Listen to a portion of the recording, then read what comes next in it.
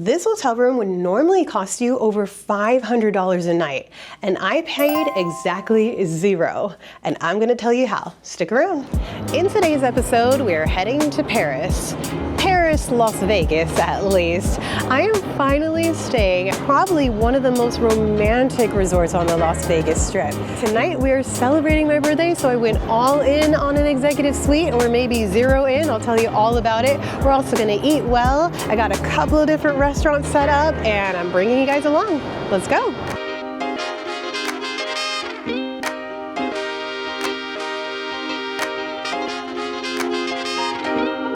Paris Las Vegas opened in 1999, and the entire property is themed after, obviously, Paris, France. Vegas is kind of wild like that. You can walk from New York to Venice to Paris in under an hour, and Paris Las Vegas sits in the middle of it all.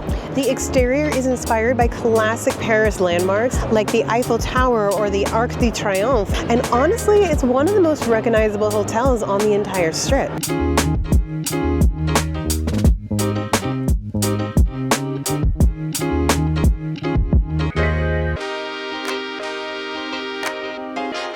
Check-in at Paris, Las Vegas is officially 4 p.m. Now, because we are staying in the Versailles Tower, we have to check in over at the Horseshoe. Technically, our tower used to be part of the Horseshoe and just recently rebranded to be part of Paris. So the tower is closer to Horseshoe, so you would come over here to check in. Now, this is a line here for Horseshoe, but the Versailles Tower check-in does have its own line.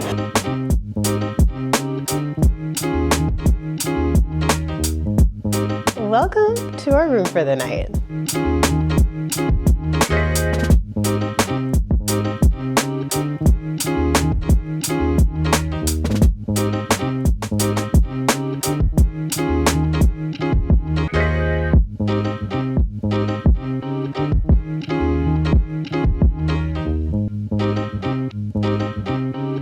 This is the Versailles Executive Suite with one king, a newly renovated, ultra-modern, and around 700 square feet, depending on your layout. Let me show you around. As you walk in, you immediately notice you have this full lounge area. So you have a small sofa, maybe for two. Definitely not a sofa to sleep on though. A little table right in front. And then also an extra coffee table with two chairs. It's a long hallway. I find this a little bit interesting because there's just absolutely nothing here. And I believe that takes up some of the square footage that it says that you have online, making it about 700 feet. Flat screen TV, which I believe is 55 inches, is very big. Now, one thing I noticed online that I'm not noticing inside the room is that it did say it had a refrigerator. But we looked everywhere and there's no refrigerator. We did find a safe. A few places, shelvings to store your items if you'd like. They do have your mini bar though, of course. I will not touch any of this. So let's avoid this area and head over to the bedroom. So another little seating area. I don't know, this is cute. We have a king bed. Oh yeah, that's actually soft for a hotel bed. On each side of the bed, there are nightstands. So you have another area to store some items. Of course, your lamp, your phone, and then this is a pop-up that has the USB and the outlet there. Oh, I just noticed there's no clock. That's interesting. But I think the coolest thing about this particular room is the bathroom. A very big bathroom. As you walk in, you do have a closet space on both sides. I always love myself a double sink, a his and hers. This one, they're completely separate. So there's a sink area here. And then if I spin around, there's one over here. Looks like they provide you with some items like a body lotion and soap, and then also a hair dryer here. There's the full length mirror. Here on this side is your shower. Completely walk-in shower. Looks like the handheld, and a rain shower head as well. I always like freestanding tubs. I don't know what it is. It's just so like elegant to me. No jets or anything, but this is really nice. All that's in here is the toilet. So, nice. So as far as your view goes, you either get a Eiffel Tower view, which would be on the opposite side, or you have an attractions view.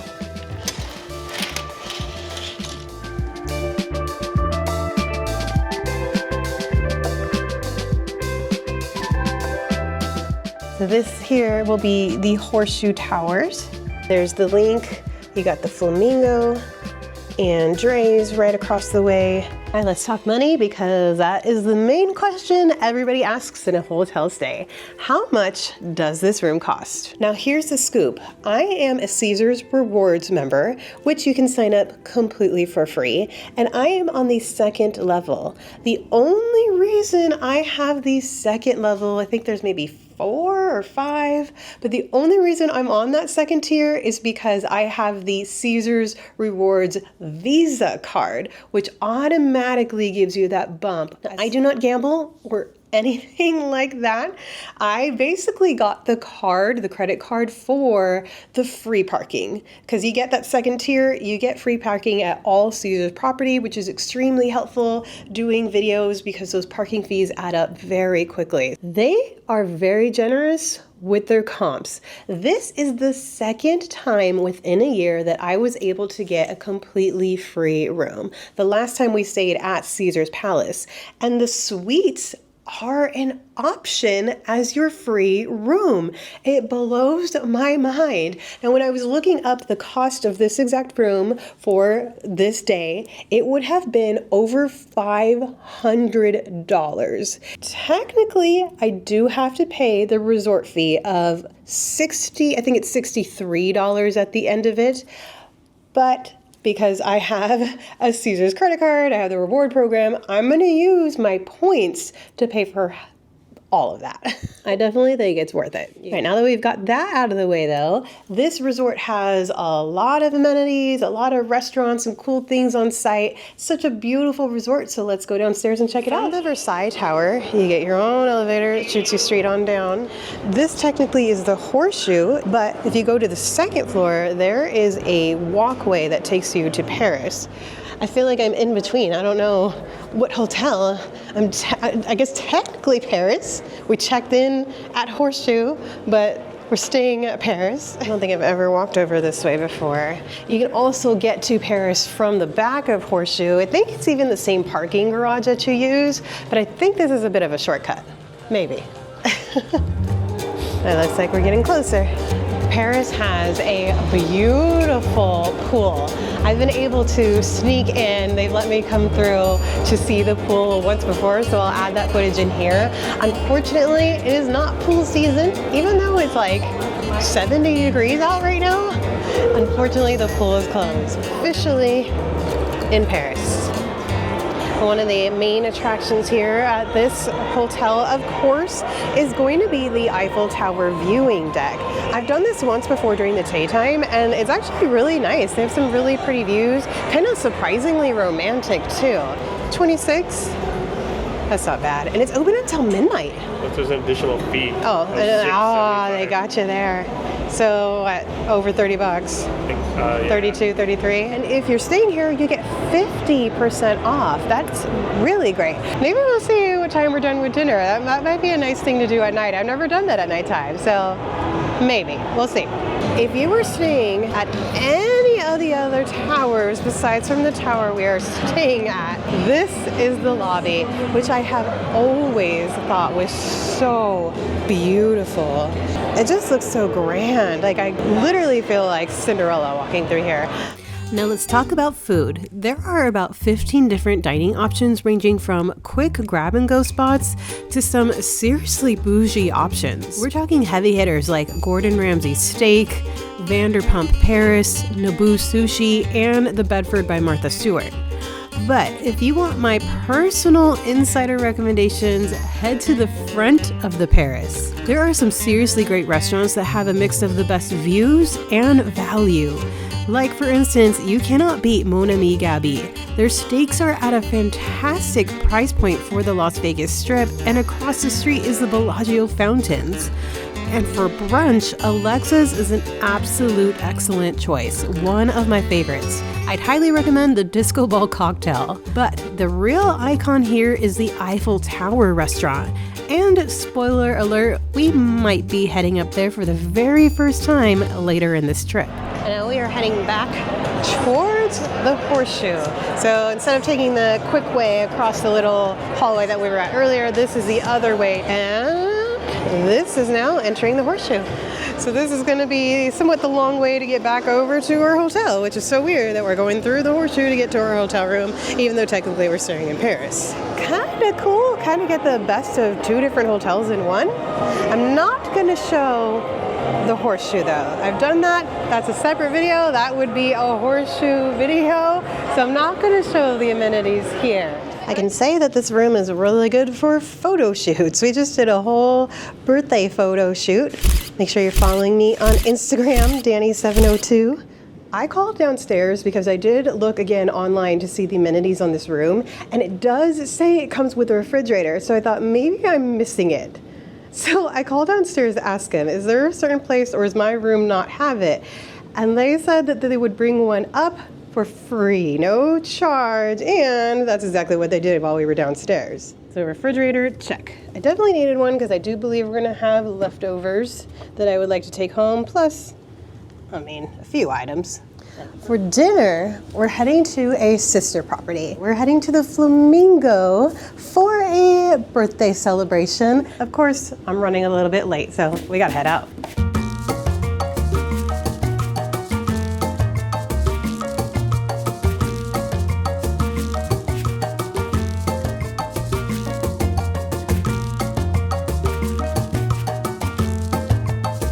Havana of 1957 is a Cuban restaurant inspired by pre-revolution Havana. So think vintage vibes, Latin music, and very bold flavors. I actually have come to Havana 1957 about a year ago, but I don't think I featured them here on YouTube.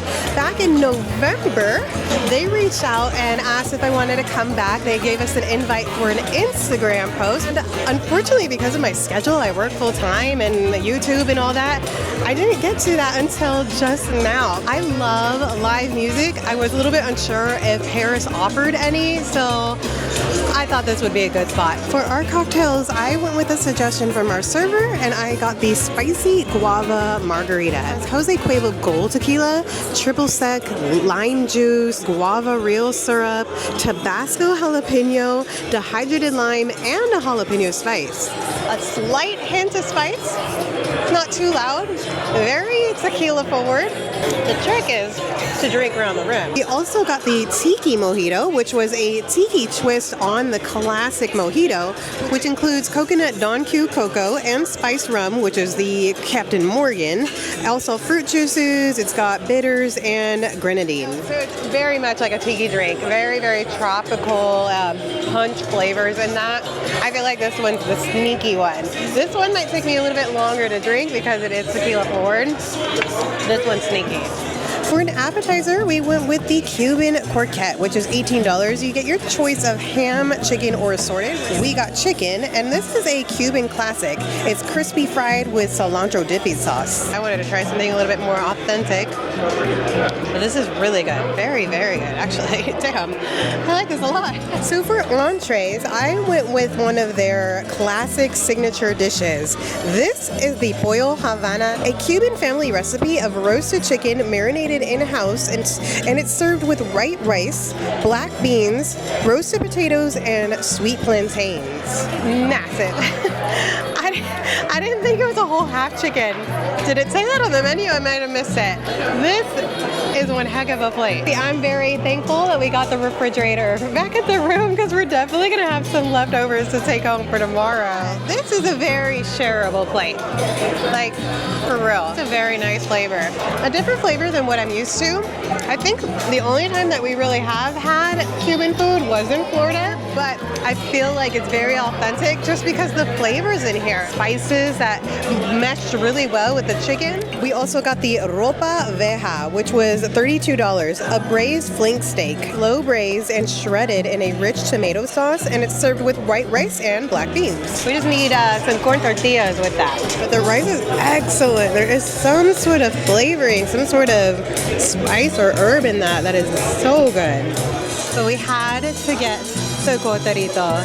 This is something that we got to sample on their opening day, and I craved it for months afterwards. I actually think I've shown you guys, they have a little side store or a side coffee shop where you can walk up and order their coffees and teas, and I'm pretty sure I've shown you guys that. It was just so good. But look, so the coterito is basically like an espresso shot, and it's sweetened, it's got foam. Oh, and it smells so good. All right, guys, we're back in the room. I am so full. Originally, I wanted to do a beach for my birthday. I wanted to go somewhere hot. I thought maybe Mexico. I thought Hawaii, maybe even Florida. But after my friend passed away, I kind of postponed my plans. And then a couple weeks ago, as you might tell by my voice, I got sick, and that took me out for like a week. So I just kept postponing, and then I realized about 2 days ago, I had no plans for my birthday, none. This isn't too bad of a backup plan. I think we're gonna head downstairs. I know I'm in my pajamas, I'll throw on some jeans. I'm definitely gonna put the camera away, put it in the safe, and we'll catch you guys in the morning. Good morning from Paris. So, time for the official sleep report. So the room was very, very comfortable. I liked the bed, it was fine. We are in the very corner, so there's really nobody walking through. The fan has a really nice constant hum. I heard no street noises at all because of that. I really didn't hear people walking, door slamming, nothing. But I forgot about Dre's. Isn't that a song? Let me show you. So right across the street is Dre's nightclub. That is a after hours club, meaning I think it starts at 1 a.m., which means it didn't stop until I think 4 a.m., maybe even more than that. I'm a very light sleeper, so just the bass all night. Nothing can drown that out. Did you sleep though, Eddie? I slept fine. I slept maybe 3 hours. I'm gonna say that I did enjoy this room. I would request a different side next time. It's very spacious, very comfortable. The tower is a little weird. I really didn't feel like I'm staying at Paris. I felt like I was staying at Horseshoe. It was very strange, but it was a nice day. And we're not done yet because we gotta go to brunch, even though technically we are checking out right now.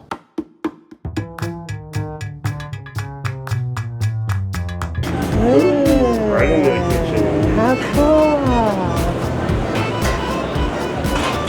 Ooh, it smells amazing, that's for sure.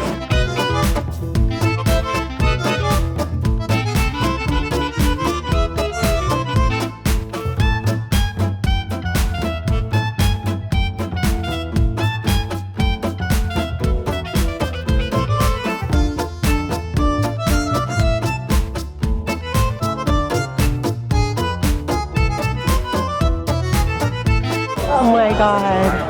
Oh my god. This is the best seat in the house. This is pretty amazing. Oh my goodness. 100%. Yeah. Oh wow.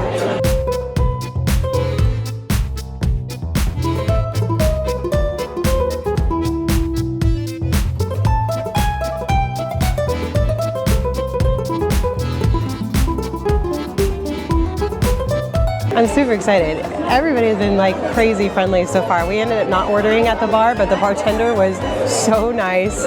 I'm just super stoked to be here though. For Brunch, they have a prefix menu, $60. You get to choose your appetizers, but they have quite a few choices here. You select an entree, there's plenty of options, and then you also get a dessert. For appetizers, we went with the shrimp cocktail. It's got French and American cocktail sauces with that, and then I had to get the escargot. This says it's the old world classic escargot and a pretzel baguette. I had to order it. It smells really good. Definitely drenched in the sauce, and then you get a little pretzel, some sort of like if I open it and see it, try to do this one-handed because I'm holding the camera, but that's the bread. And then underneath it, drenched in the sauce, there is the escargot. It was good. I would just say maybe a little bit too covered in the sauces, which sounds so weird to say.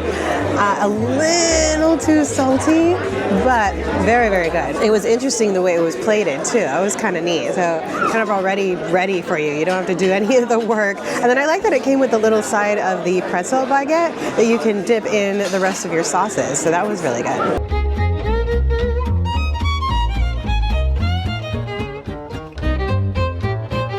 For entrees, we went with the suggestion of the bartender and did the French toast a la creme brulee, vanilla cream and maple orange syrup. Oh yeah. It's like some sort of custard in there. Yum. Oh, it's crispy on the top? Oh, because it's creme brulee French toast. I forgot. That's a dessert. That's really good. I'm getting a creme brulee after this, actually, so I'm trying not to be jealous. And I ordered the flat iron steak. I was definitely craving some protein, so I got the flat iron steak and the farm eggs, which also comes with fingerling potatoes. That's good. The sauce is nice. Very tender and soft cut. There's seasoning on top, and then you do get some sort of a marinade or sauce. I'm sure I read it off to you guys, but I'm so full already. And we still have dessert.